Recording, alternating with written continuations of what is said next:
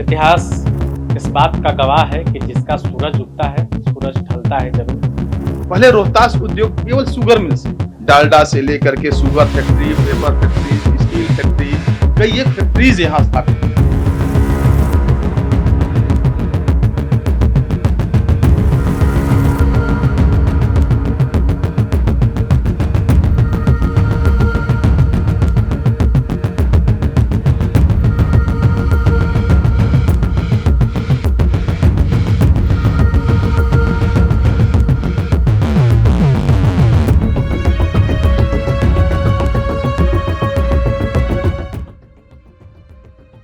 और लगभग 20,000 से अधिक कर्मी यहाँ कार्य करते थे। मैं खंडहर हो गया लेकिन तुम मेरी याद से न निकले। मैं खंडहर हो गया लेकिन तुम मेरी याद से न निकले। मेरे मकान का एक पत्थर तुम्हारे बुनियाद से न निकले। ये शेर है, मुझे नहीं पता किसने लिखा है, लेकिन जिसने भी लिखा है शायद वो इस तस्वीर को देखकर ही लिखा होगा।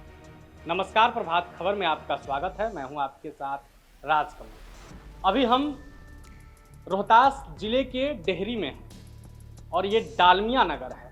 डालमिया नगर, वही डालमिया नगर कभी एक समय में एशिया का सबसे बड़ा औद्योगिक शहर हुआ करता था, जिसका अपना खुद का एयरपोर्ट था, अपना रेलवे स्टेशन था। एक दो नहीं बल्कि कई फैक्ट्रियां चलती थी। सीमेंट, शुगर, पेपर, साबुन, अनगिनत फैक्ट्रियां चलती थी। विदेश से लोग आते थे यहाँ नौकरी करने। आज वो डालमिया अपनी दुर्दशा पर रो रहा है, कराह रहा है कि कोई मेरी आवाज़ को सुन ले। तस्वीरों में हम आपको तमाम चीज़ें दिखाएंगे, जिसे देखने के बाद आपको भी लगेगा कि कैसे जो कभी एक जीता जागता शहर हुआ करता था आज खंडहर में तब्दील हो गया। खिड़कियाँ धूल फाँक रही हैं। चलिए हम आपको कहानी दिखाते हैं।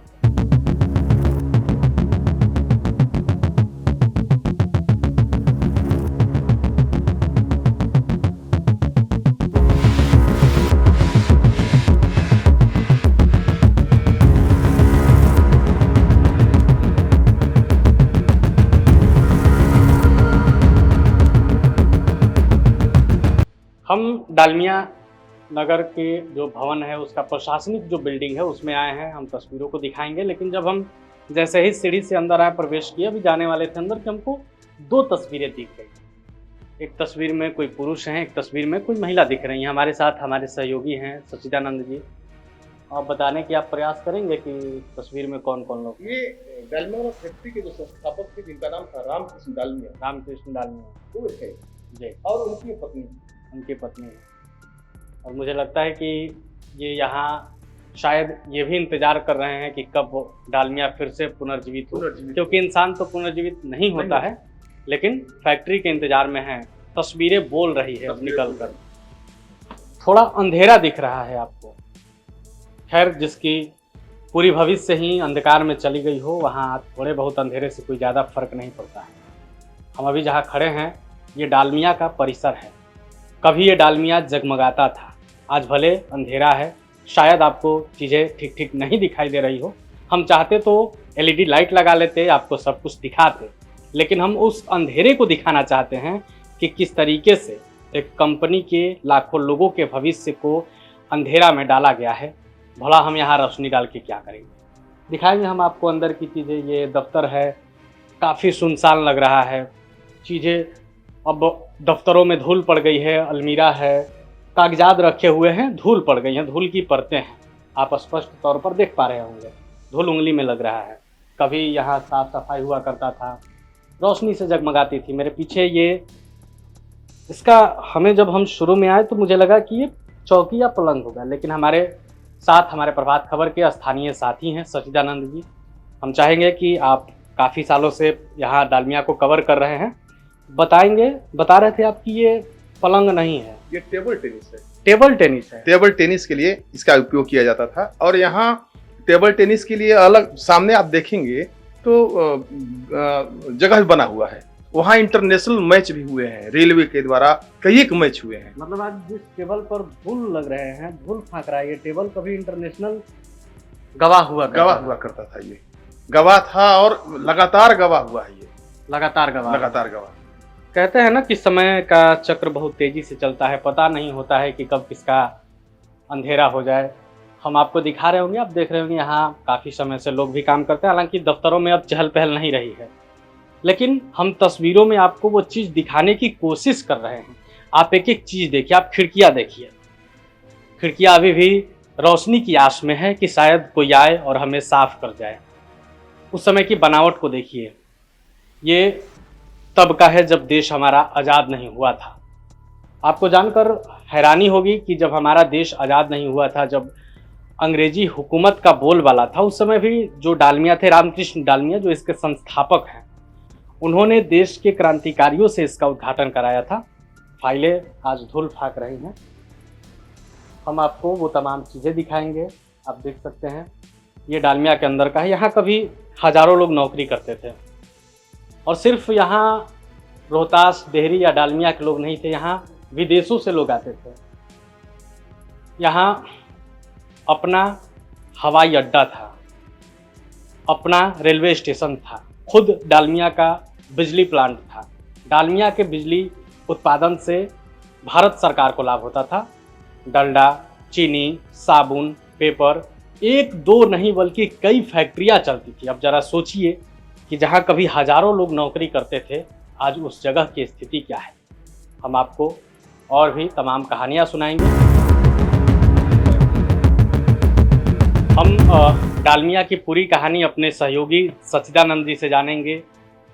शुरू से बताइए, जब डालमिया की स्थापना हुई 1932 में डालमिया की स्थापना हुई, रामकृष्ण डालमिया द्वारा इसकी स्थापना की गई। धीरे धीरे पहले रोहतास उद्योग केवल शुगर मिल से, धीरे धीरे ये रोहतास उद्योग पुंज में एक बड़ा एरिया में ये हर तरह के जहां उत्पादन होते थे, डालडा से लेकर के sugar factory, paper factories, steel factories, कई एक फैक्ट्रीज यहाँ स्थापित हुई और लगभग 20,000 से अधिक कर्मी यहाँ कार्य करते थे। 20,000 से अधिक।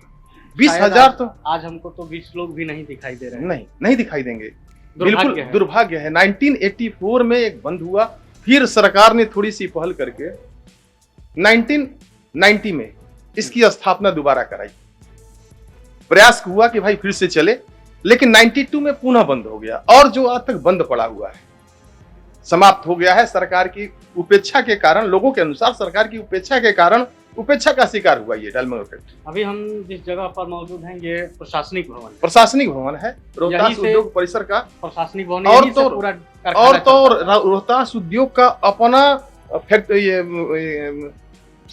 बगल में देखेंगे बैंक, रोहतास वहां भी चलेंगे। रोहतास उद्योग का बैंक था, लेकिन नेशनलाइज हो गया बाद में। इंदिरा गांधी ने नेशनलाइज किया। केवल रोहतास उद्योग के कर्मी के लिए बैंक था बगल में, और बगल स्टेट बैंक भी है।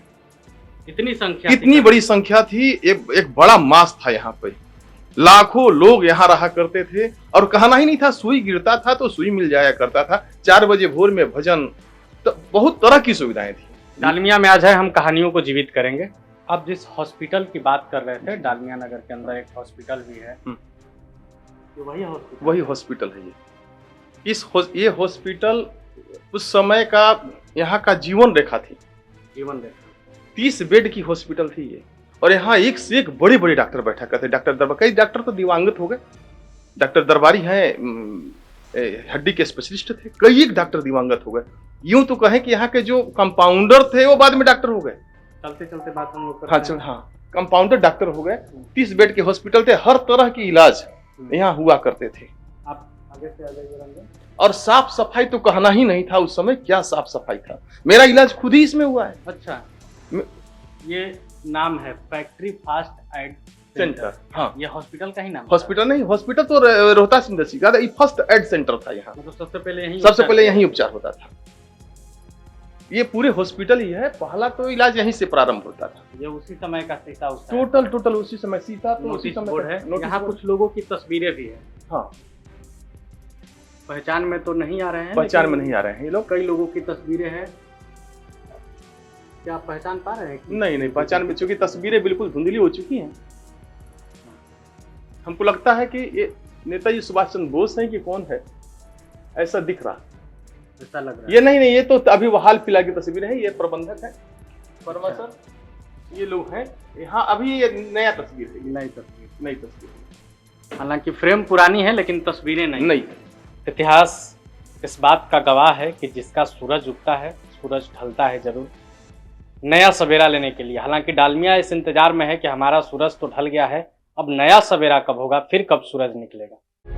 प्रभातखबर.com, विश्वास वही, रफ्तार नहीं।